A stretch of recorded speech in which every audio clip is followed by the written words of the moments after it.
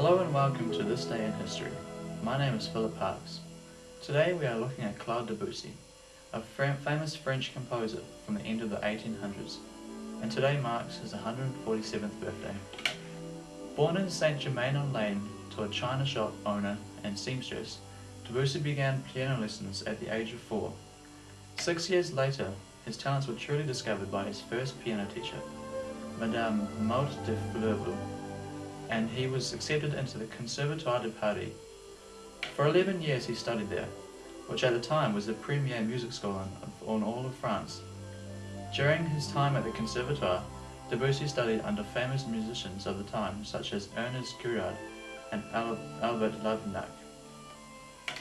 Debussy challenged the ways of his teachers and experimented with styles of composition not often used. Upon leaving the school in 1880, Debussy spent 2 years living in Russia, working as the household musician for Nadezhda von Meck, the patroness of Tchaikovsky. He also taught her children music. In 1884, Claude won the Prix de Rome with his composition L'Enfant Prodigy, which earned him a scholarship for 4 years study in Rome.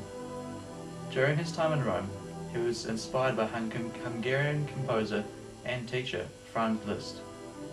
He was also greatly inspired by German composer Richard Wagner, whose piece Tristan and Isolde experimented with atonality, a key feature in some of Debussy's music.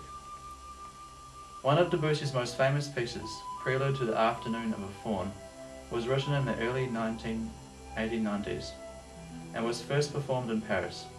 The piece placed Debussy into the spotlight as one of the leading composers of the era.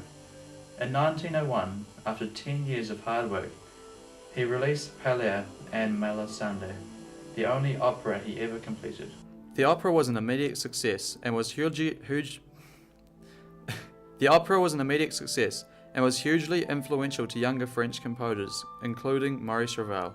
In 1910, Debussy released his first book of preludes. These piano scores include the widely popular The Girl with the Flaxen Hair. This is also the piece you are now hearing. These pieces are often compared to the works of Frédéric Chopin, Polish composer. 3 years later, he published his second set of preludes. Sadly, on March 25, 1918, Claude Debussy died of colorectal cancer. Because he died during the war, he was not allowed a public funeral.